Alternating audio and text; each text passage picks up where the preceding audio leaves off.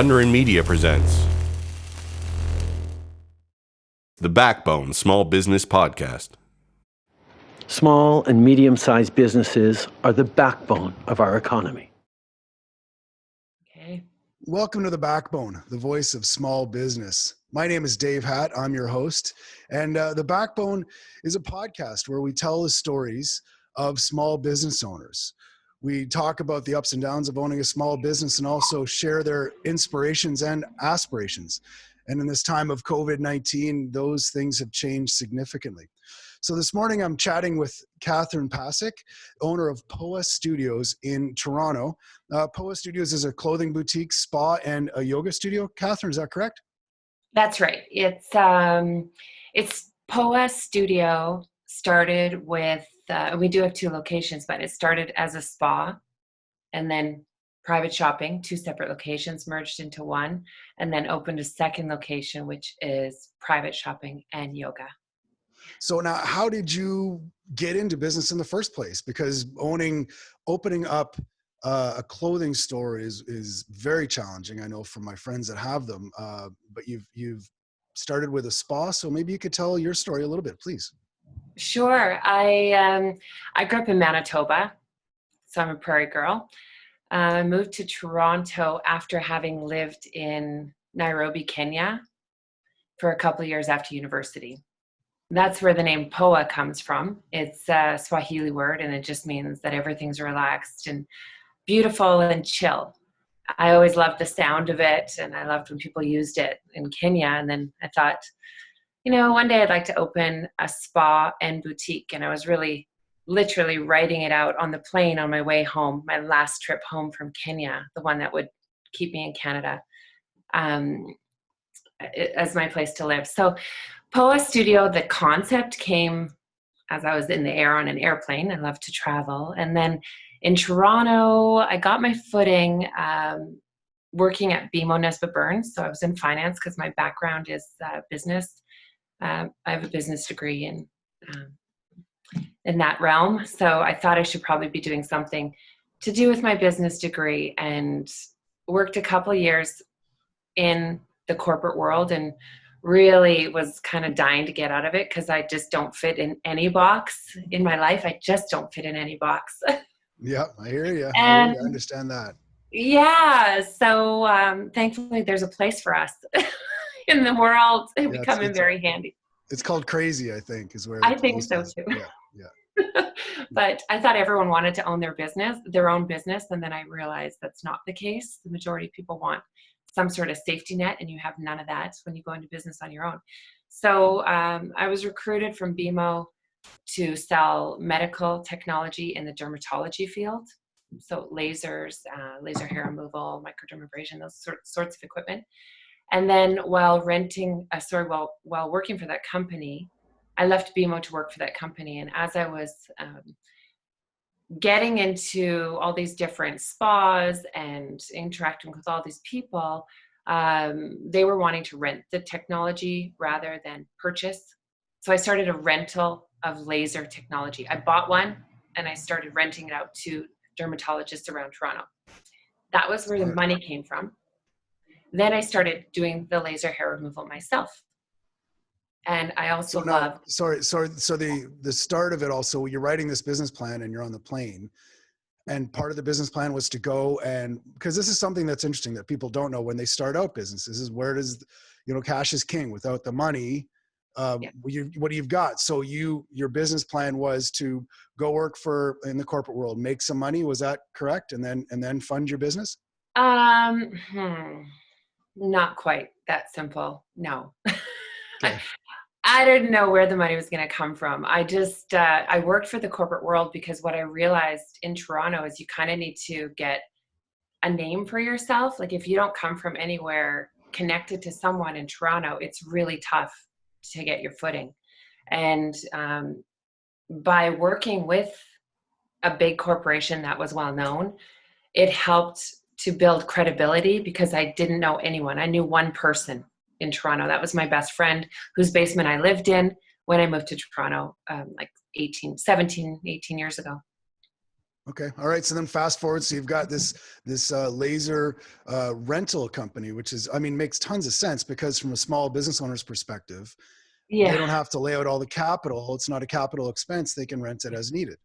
Yes. So while I was selling it, people were asking for it. I asked the company if they would rent it. They said no. Then we went to, I kind of just put my thoughts together and approached all the different people who were looking at the technology, knowing that if they rented it first, that they would naturally fall into either purchasing one in the future of that same model.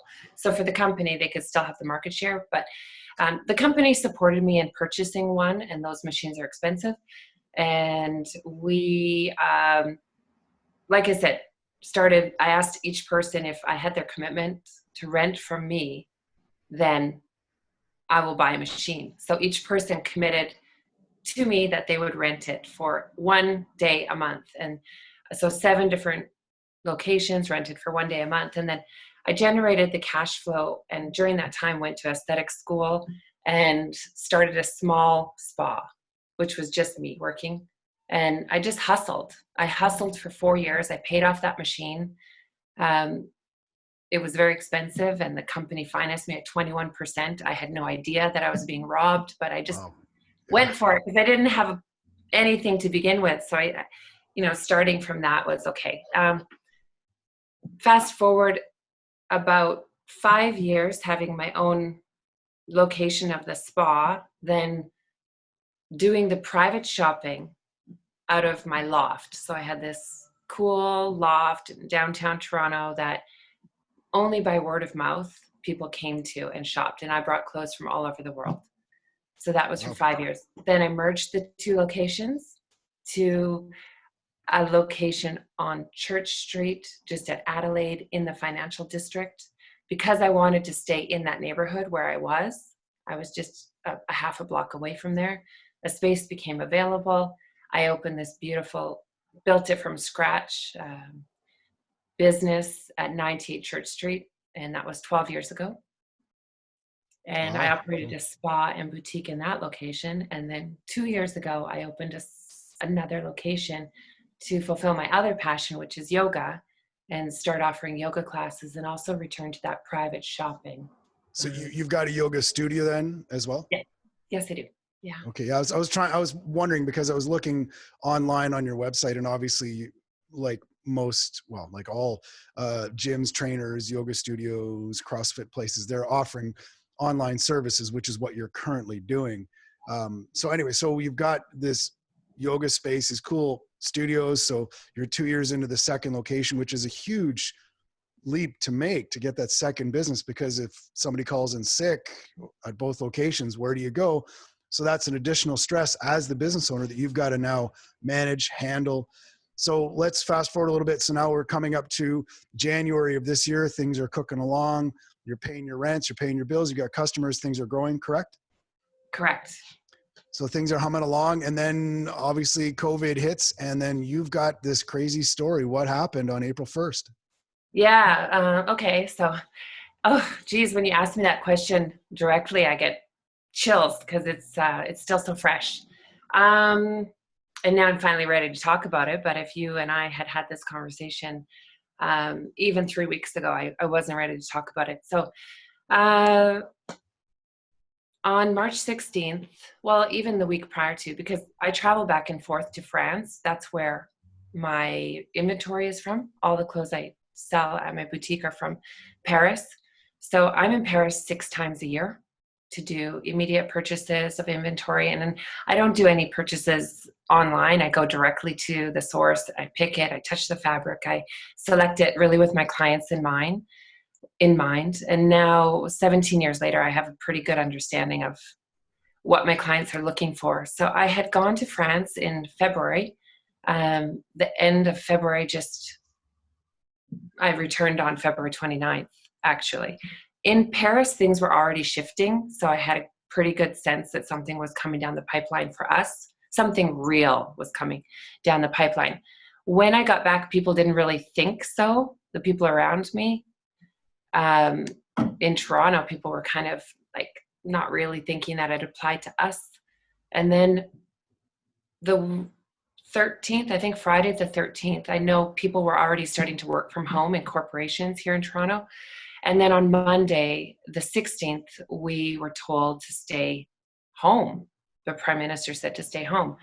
And then on Tuesday, the Premier said that all non-essential businesses were closed. That includes both my locations. I rent at both locations. I immediately became fearful of what the reaction from my landlords would be. Both landlord, my landlady at Church Street and my landlord at Parliament location.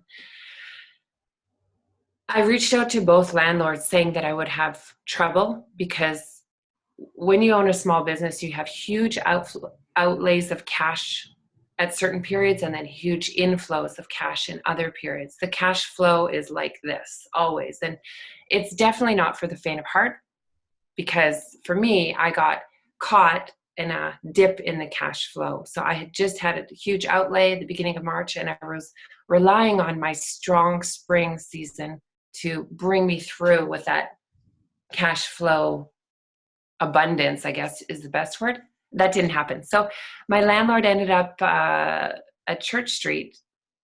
Just my landlady was, instead of supportive, she became very aggressive with threats of penalties of $35 a day for any late days of payment and also legal action.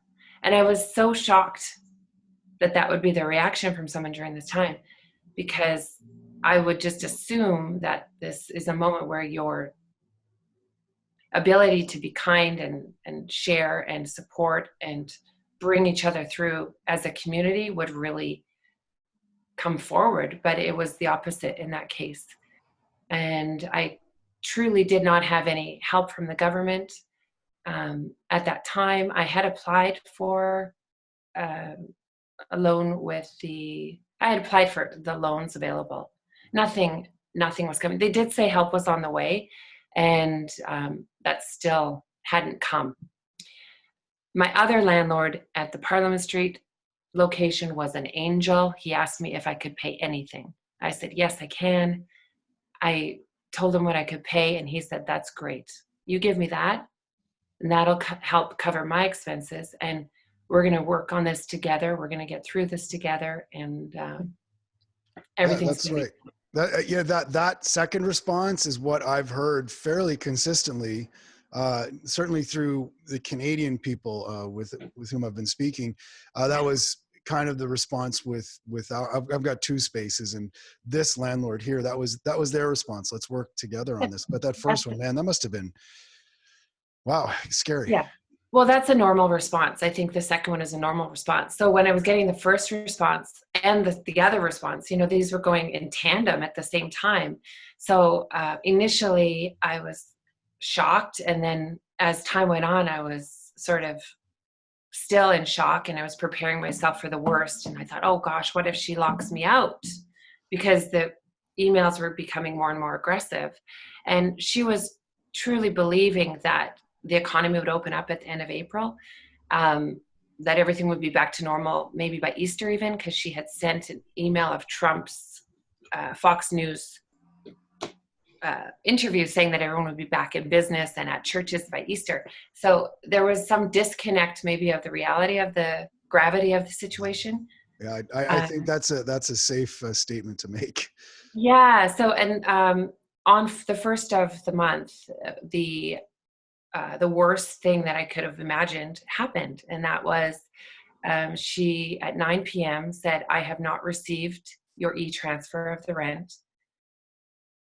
You are in default of your lease on April 1st at 9 p.m.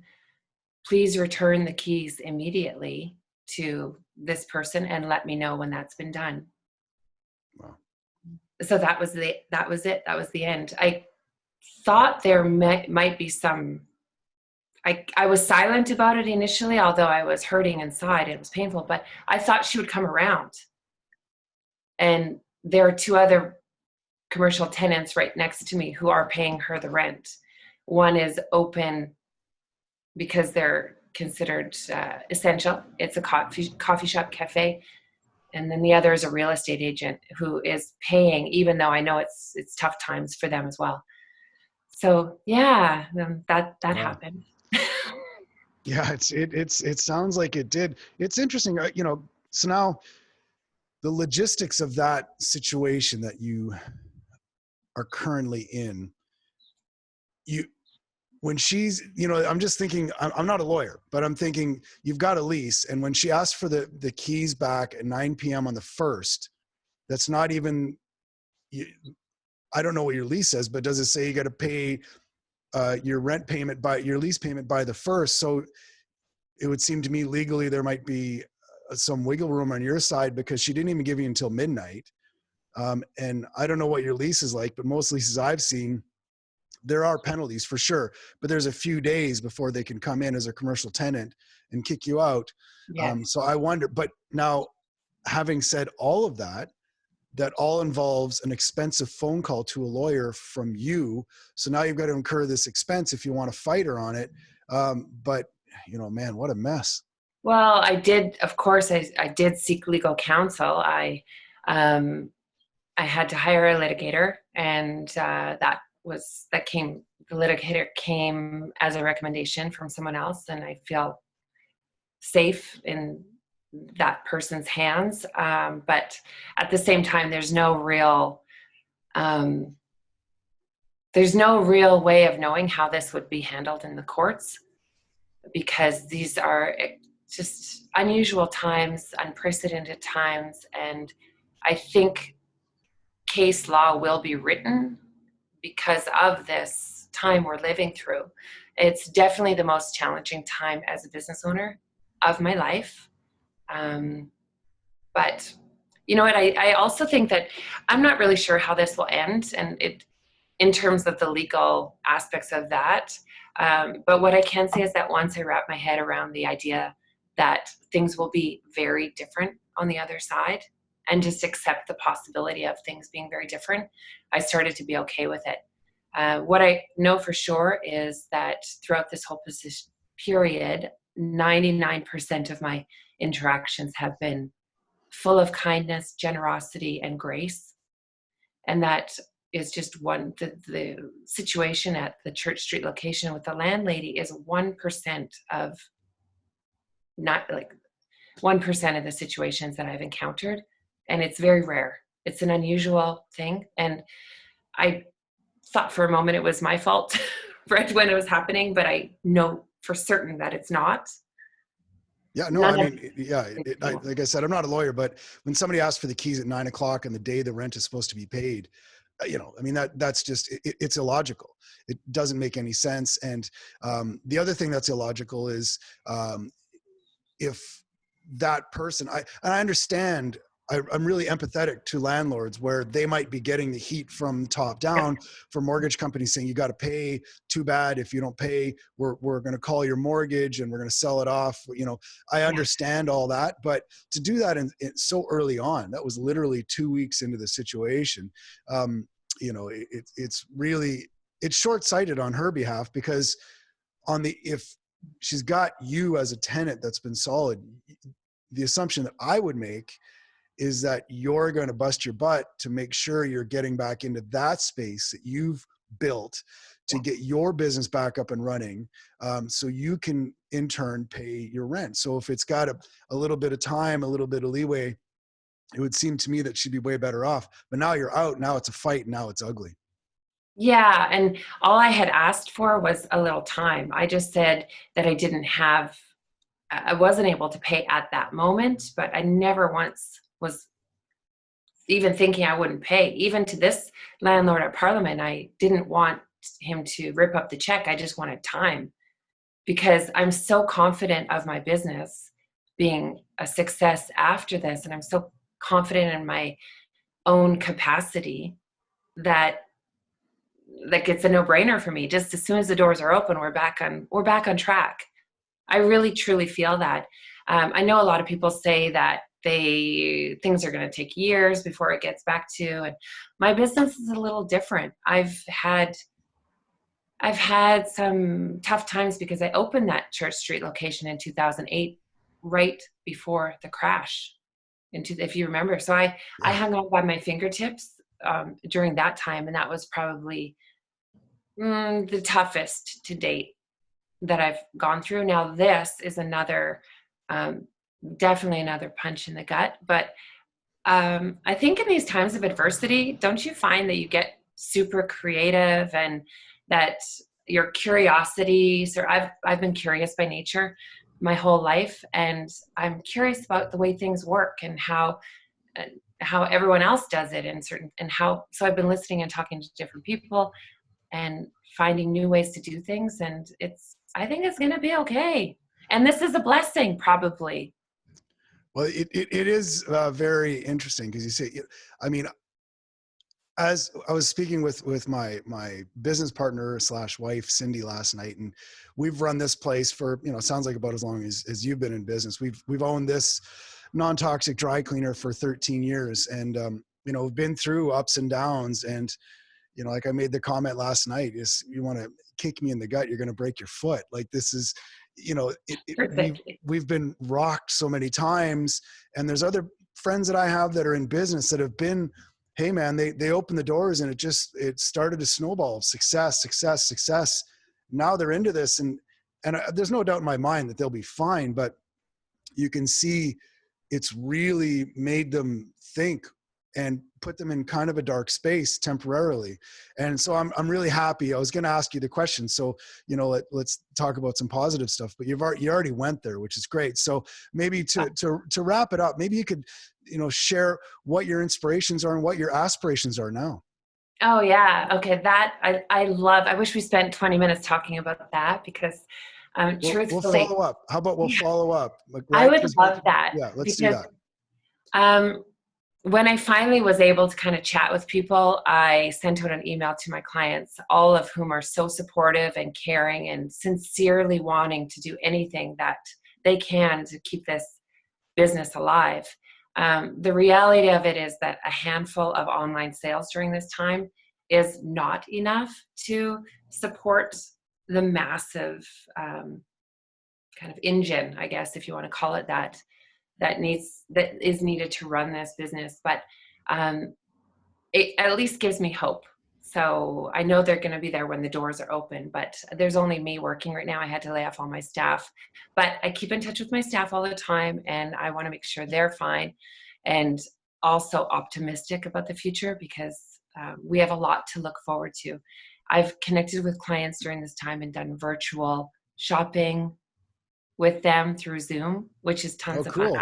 That's Although great. I'm the one who's trying on the clothes, and they kind of point to what they like, and then I try them on for them and tell them why it would look better on them because of their body type or what the fabric is like. And I've also done a lot of virtual yoga with my clients, some whom have never ever tried yoga before, Oh, wow. but yeah, so new people are joining, and they kind of send me, and everyone's been paying by e-transfer, which is really nice, and they buy packages of yoga, like 8 sessions for $30, and we go forward that way.